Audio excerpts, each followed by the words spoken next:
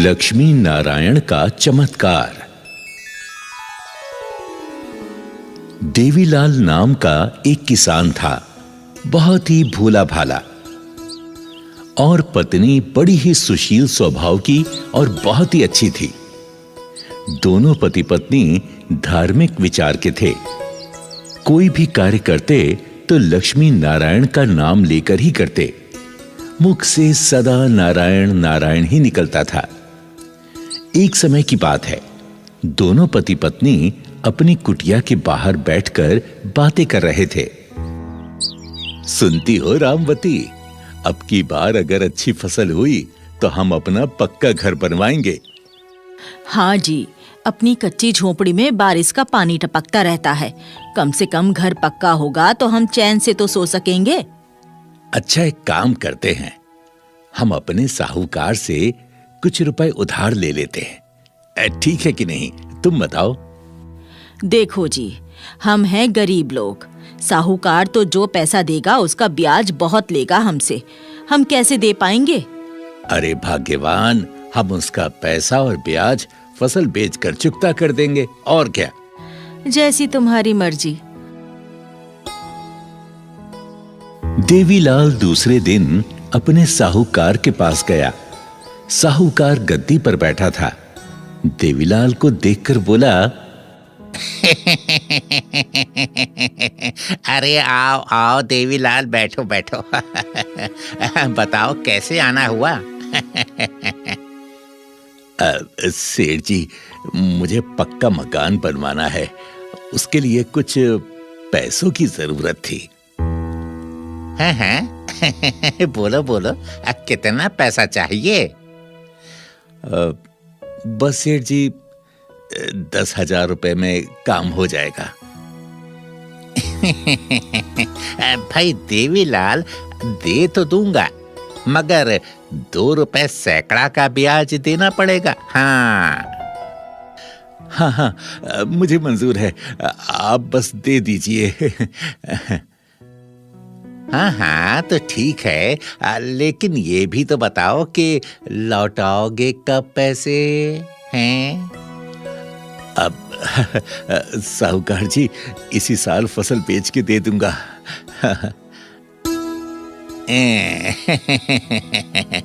ठीक है ठीक है, ये लो 10,000 रुपए।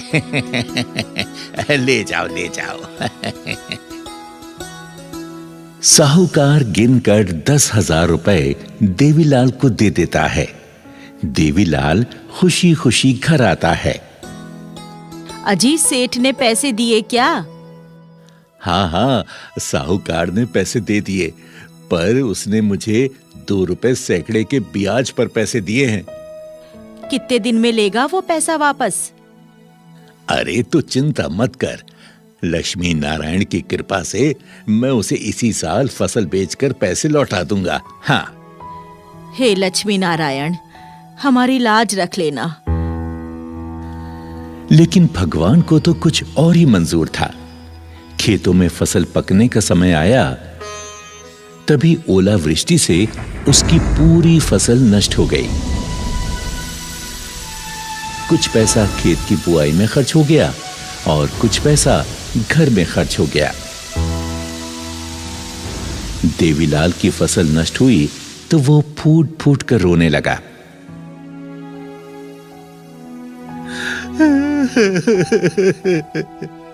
हे लक्ष्मी नारायण, हे मेरे प्रभु, मैं बर्बाद हो गया, लुट गया।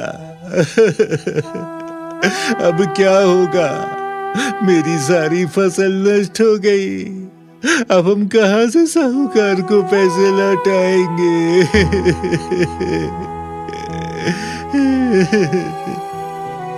अगर हमने पैसे नहीं दिए तो साहूकार हमारे खेत मकान सब कुछ छीन लेगा।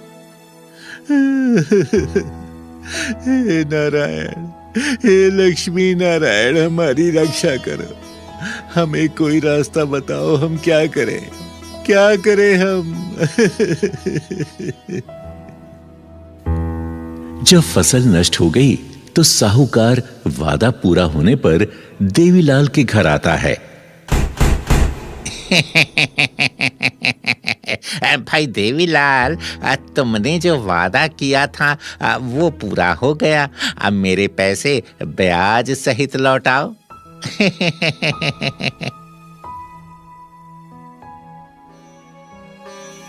देवीलाल साहूकार के सामने बहुत गिड़गिड़ाया, पर साहूकार नहीं माना और आंखें लाल करके बोला, ना ना ना ना ना ना ना ना, ये सब नहीं चलेगा मेरे सामने। सुन लो देवीलाल, अगर तुमने 10 दिन के भीतर मेरा पैसा नहीं लौटाया तो मैं तुम्हारे खेत मकान सब कुछ छीन लूंगा। हाँ, समझ गए? सेठ जी ऐसा मत करो, ऐसा मत करो। मुझे अगली फसल तक का कोई मौका दे दो, एक और मौका दे दो। मैं आपका पाई लौटा दूंगा, पाई लौटा दूंगा। सेठ जी, हम बहुत गरीब लोग हैं। हमारा गुजर बसर इसी खेत से होता है। हम बर्बाद हो जाएंगे। हम कहाँ जाएंगे सेठ जी? हम पर दया करो। नहीं नहीं नहीं नहीं नहीं नहीं नहीं नहीं नहीं, मैं कुछ नहीं जानता। मुझे 10 दिन के भीतर पैसा चाहिए तो चाहिए। मैं अब की बार आऊंगा तो पुलिस और वकील के साथ आऊंगा। हाँ, चलता हूं मैं। साहूकार के जाने के बाद दोनों पति पत्नी भगवान विष्णु से रो रो के प्रार्थना करते हैं, हे विष्णु हरि भगवान, मैं आपका परम भक्त हूँ। मैं और मेरी पत्नी ने आपको भोग लगाए बिना कभी भोजन नहीं किया। हमने सच्चे मन से आपकी पूजा वंदना की। हमने आज तक आपसे कुछ नहीं मांगा भगवान। आज आपका भक्त बड़ी संकट में है। अगर उस साहूकार का पैसा हमने नहीं लौटाया तो वो हमारे खेत और मकान सब कुछ हमसे छीन लेगा। हे लक्ष्मी नारायण, आप तो निर्बल को बल देने वाले। हमारी रक्षा करो प्रभु, हमारी रक्षा करो। इधर देवीलाल विष्णु से प्रार्थना कर रहा था और उधर भगवान विष्णु अपनी शैया पर बैठे देवीलाल का सारा हाल सुन रहे थे। हाल सुनकर वो लक्ष्मी से कहते हैं, सुनो लक्ष्मी, हमारा भक्त संकट में हमें पुकार रहा है। हमें उसकी मदद करनी चाहिए। आदेश कीजिए स्वामी, मुझे क्या करना है? देवी, तुम तो धन धान की देवी हो, उस पर अपनी कृपा बरसाओ। लक्ष्मी मां देवीलाल की पत्नी रामवती को सपने में दर्शन देती हैं और कहती हैं, देवी सुनो, मैं तुम्हें एक उपाय बताती हूं, जरा ध्यान से सुनो। तुम अपने खेत में साग सब्जियां उगाओ, उससे तुम्हें बहुत सारे धन की प्राप्ति होगी और तुम साहूकार के कर्ज से मुक्त हो जाओगे। इतना कहकर लक्ष्मी मां अदृश्य हो गई। सुबह रामवती नींद से जागी और अपने सपने की बात अपने पति से बताई। देवीलाल फावड़ा लेकर अपने खेत पर गया और वो मिट्टी खोदने लगा। मिट्टी खोदते खोदते उसके फावड़े से कोई वस्तु टकरा गई। जब टन टन की आवाज सुनी तो देवीलाल सोचने लगा, आखिर इस जमीन में क्या है? ये मेरा फावड़ा किस चीज से टकरा रहा है? जब और खोदा तो उसे मिट्टी में एक पीतल का घड़ा दिखाई दिया। वो फौरन वहां से दौड़ा दौड़ा घर आया, पत्नी को सारी बात बताई। पति पत्नी फिर से खेत पर पहुंचे। वो देखो रामवती, वो पीतल का घड़ा दिखाई दे रहा है ना? मुझे तो डर लग रहा है। अजी, डरने की कोई बात ना है। लगता है लक्ष्मी नारायण की ही ये कृपा है। तुम फौरन इस घड़े को निकालो, लक्ष्मी नारायण का नाम लेकर। हाँ। रामलाल ने नारायण नारायण कहते हुए मिट्टी से घड़े को निकाला। जब घड़े को खोला तो पति पत्नी दंग रह गए। वो घड़ा सोने के सिक्कों से भरा हुआ था। हैं? इसमें तो सोने के सिक्के भरे हुए हैं। सुनो जी, हरी इच्छा से इस घड़े को घर ले चलो। जैसी हरी की इच्छा। मैं इसको चादर में बांध लेता हूँ ताकि कोई इसे देख ना पाए।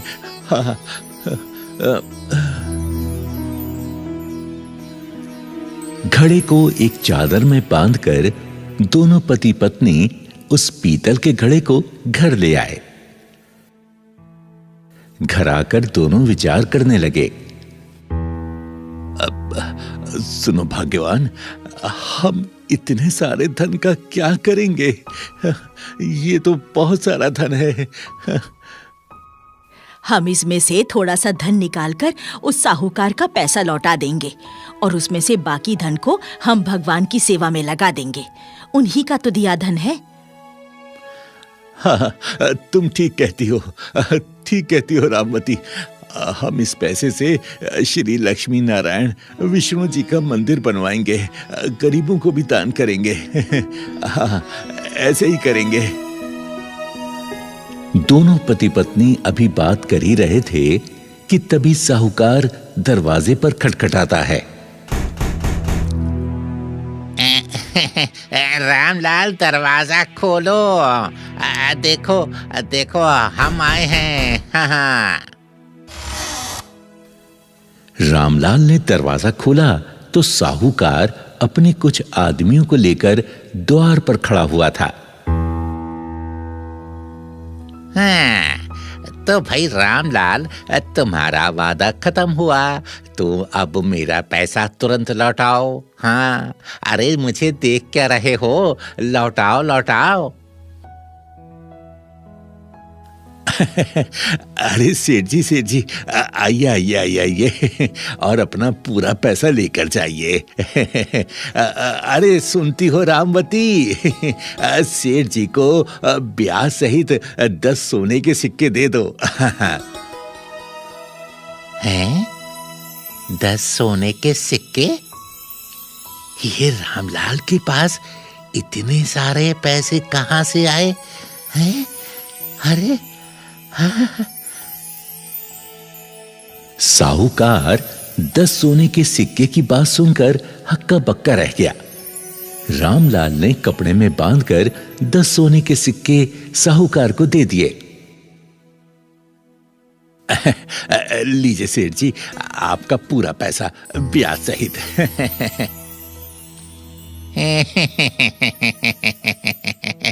रामलाल, तुम तो लगता है बुरा मान गए। अरे कोई बात नहीं, इतनी जल्दी काहे की है? अरे दे देते पैसे बाद में भी। चलो कोई बात नहीं। भाई मेरा हिसाब तो पूरा हो गया, लेकिन रामलाल, मुझे ये तो बताओ कि ये सोने के सिक्के आए कहाँ से हैं? सेठ जी, ये तो बस मेरे प्रभु नारायण हरि की कृपा है। जय हो।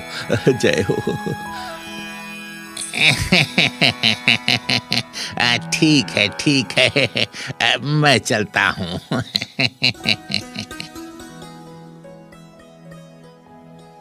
साहूकार घर पहुंचकर सोचने लगा कि रामलाल के पास इतना पैसा आया कहां से। उसने सोचा कि जरूर कहीं से चोरी करके लाया है। उसने साजिश रची, क्यों ना इसकी सूचना पुलिस को दे दी जाए। और दूसरे दिन साहूकार दरोगा के साथ रामलाल के घर पहुंच गया। रामलाल, हमें सूचना मिली है, तुम्हारे पास सोने के सिक्के हैं। जरूर तुमने किसी की चोरी की है। नहीं नहीं नहीं दरोगा जी, ये झूठ है। मैंने किसी की चोरी नहीं की। मैं निर्दोष हूँ।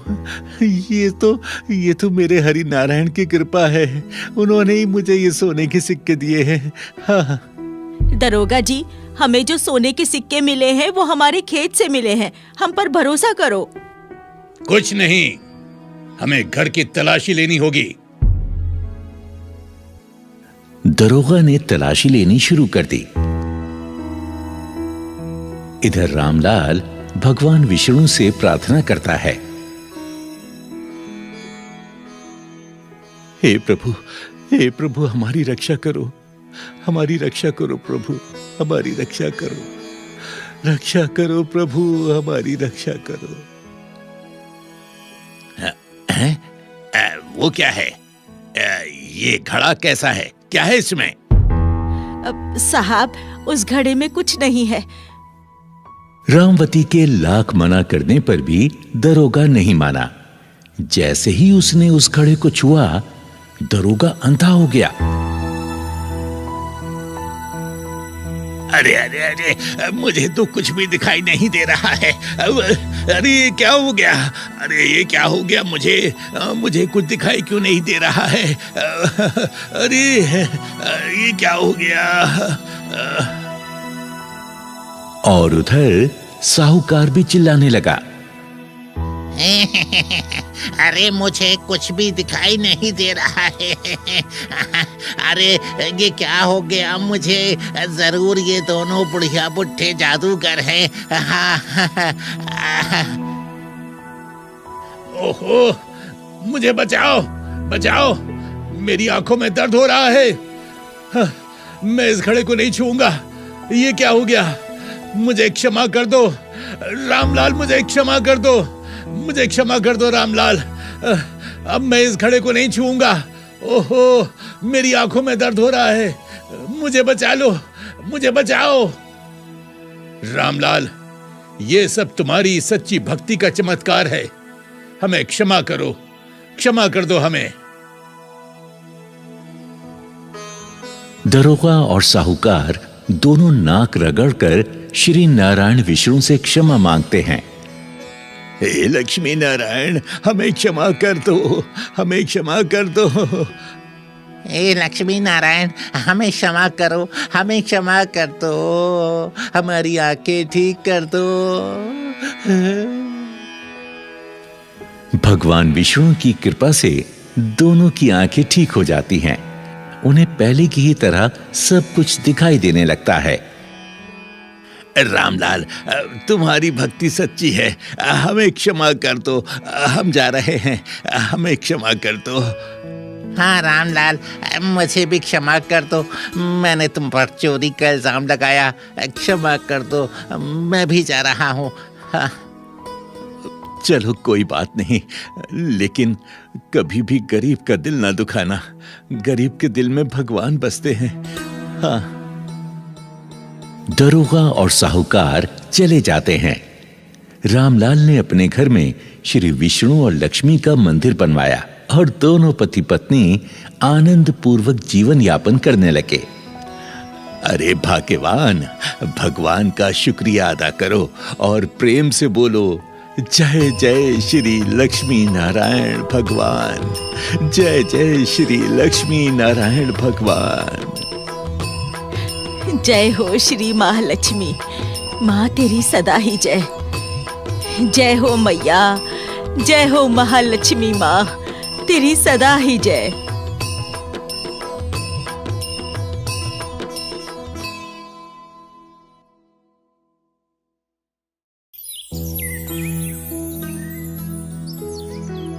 एक किसान था जिसका नाम था शिवराम। पत्नी का नाम था गंगा देवी। शिवराम के खेत बंजर पड़े थे। घर में खेती करने वाला उसके सिवा और कोई नहीं था। वृद्ध होने के कारण वो मजदूरी करता था। उसके पास एक रेहड़ी थी, यानी हाथ का ठेला। वो उसमें लोगों का छोटा मोटा सामान ढोता था। उससे जो भी पैसे कमाता उसी से गुजारा करता। उसकी पत्नी गंगा देवी धार्मिक प्रवृत्ति की औरत थी। जब वो रोटी बनाती तो 2 रोटी शिव पार्वती के नाम से निकालती, 2 रोटी लक्ष्मी जी और विष्णु जी के नाम की निकालती और 1 रोटी ब्रह्मा जी के नाम की निकालकर गौ माता को खिलाती थी। तभी वो खुद खाती और अपने पति शिवराम को भी देती थी। एक बार शिवराम ने देखा कि उसकी पत्नी देवताओं के नाम की रोटियां निकालकर गाय को खिलाती है। तब वो अपनी पत्नी से बोला, अरे भाग्यवान, मैं बड़ी मुश्किलों से मजदूरी करके घर का इंतजाम करता हूँ और तू आधे आटे की रोटियां तो देवी देवताओं के नाम से निकाल देती है, उनको भोग लगाती है। आधे आटे की रोटियों से हम दोनों पेट भरते हैं, ऊपर से तेरा ये दान मुझे बहुत तकलीफ देता है। अरे मैं ठहरा मजदूर, इतनी कमाई कहां से लाऊं? ये सब तेरा व्यवहार कब तक सहन करूं? अरे तू क्यों देवताओं के लिए रोटियां देती है? सुनो जी, जिन देवताओं की बदौलत हमें रोटियां मिलती हैं, हम उनको भोग क्यों न लगाएं? जिस दिन तुम्हें मजदूरी नहीं मिलेगी, तब हमारे साथ साथ देवी देवता भी भूखे रहेंगे, तो वो भोजन की व्यवस्था करेंगे, जिससे हमें और देवता दोनों को भोजन मिलेगा। आपको भी मजदूरी मिलेगी और हमारे सारे काम भगवान बनाएंगे। इसलिए सुनो जी, तुम अपना काम करो और मुझे मेरा काम करने दो, इसी में हमारी भलाई है। हाँ, तू सही कहती है। वैसे तो गंगा, आज तूने मेरी आंखें खोल दी हैं। अब मैं तुझे नहीं रोकूंगा कभी भी। तुम मेरी कमाई में भगवान का हिस्सा जरूर निकाला करो, उसकी इच्छा से हमारे सारे कार्य जरूर सफल होंगे। अच्छा, मैं चलता हूं अपनी मजदूरी करने। अच्छा ठीक है, और सुनो, शिव का ध्यान करते रहना, प्रभु आपकी रक्षा करे। हाँ हाँ, अरे तू चिंता मत कर, मैं शिव का ध्यान करता रहूंगा। देवताओं पर विश्वास करने पर शिवराम को आज और दिनों से ज्यादा मजदूरी मिली और पैसा भी बहुत कमाया। अरे कहाँ हो गंगा? ओह गंगा, देख आज मैंने बहुत से पैसे कमाए। ये देख, ये सारे पैसे तू रख ले। मैं तो कहती हूँ, भोलेनाथ और विष्णु ब्रह्मा जी की कृपा से आपकी कमाई में वृद्धि हुई है। हाँ हाँ, तुम ठीक कहती हो गंगा। अब एक काम करते हैं, इन पैसों में से जितनी हमारी जरूरत है उतने रख लेते हैं, बचे हुए पैसों को हम मंदिर में दान कर देते हैं। अजी, तुमने तो मेरे मुंह की बात छीन ली। मैं भी यही चाहती हूँ, हम आधा पैसा मंदिर के पुजारी को दे देते हैं दान में। हाँ हाँ, तुम ठीक कहती हो, ऐसे ही करते हैं। गंगा और शिवराम उन पैसों को मंदिर में दान कर देते हैं। दोनों पति पत्नी बहुत खुश रहते हैं। इसी तरह शिवराम मजदूरी करने जाता रहा। एक दिन शिवराम अचानक बीमार हो गया। डॉक्टर ने उसे 10 दिनों तक आराम करने की सलाह दी। शिवराम, तुम्हें बुखार के साथ साथ बहुत थकावट भी है, तुम्हें 10 दिन तक आराम करना होगा। क्या 10 दिन तक आराम करना पड़ेगा? डॉक्टर साहब, अब कैसे रोटी खाएंगे? भगवानों को कैसे भोग लगाएंगे? अब हमारा घर का गुजारा कैसे चलेगा? हे भोलेनाथ, रक्षा करो। इधर अपने भक्त शिव और गंगा देवी के दुख को देखकर शिव, विष्णु और ब्रह्मा जी आपस में विचार करते हैं और कहते हैं, सुनो विष्णु, हरि और ब्रह्मदेव जी, हमारा भक्त शिवराम और गंगा बहुत संकट में हैं। हमें उनकी रक्षा करनी चाहिए। हे महादेव, आज्ञा दें, हमें क्या करना चाहिए? मैं स्वयं किसान बनकर शिवराम के खेत में हल चलाऊंगा। विष्णु देव, तुम इंद्र को आदेश देकर खेतों में बारिश करा दो और ब्रह्मदेव अन्नपूर्णा देवी से खेतों में अन्न की व्यवस्था कराएं। इससे शिवराम के खेतों में अच्छी फसल होगी। इस प्रकार तीनों देवताओं ने अपनी लीलाओं से चमत्कार दिखाया। बंजर खेतों में फसल लहराने लगी। इधर शिवराम की ज्यादा तबीयत खराब होने से गंगा दुखी होकर भोलेनाथ से प्रार्थना करते करते शिवराम के चरणों में सो जाती है। तभी भोलेनाथ उसके सपनों में आए और कहने लगे, देवी, आंखें खोलो और अपने खेतों पर जाकर देखो। अन्न से भरे तुम्हारे खेत लहरा रहे हैं। तुम्हारे पति को अब मजदूरी करनी नहीं पड़ेगी और साथ ही तुम्हें शीघ्र ही संतान का सुख प्राप्त होगा। इतना कहकर शिव अंतर्ध्यान हो गए। गंगा देवी ने तुरंत आंखें खोली तो देखा वहां कोई नहीं था। उसने अपने पति से कहा,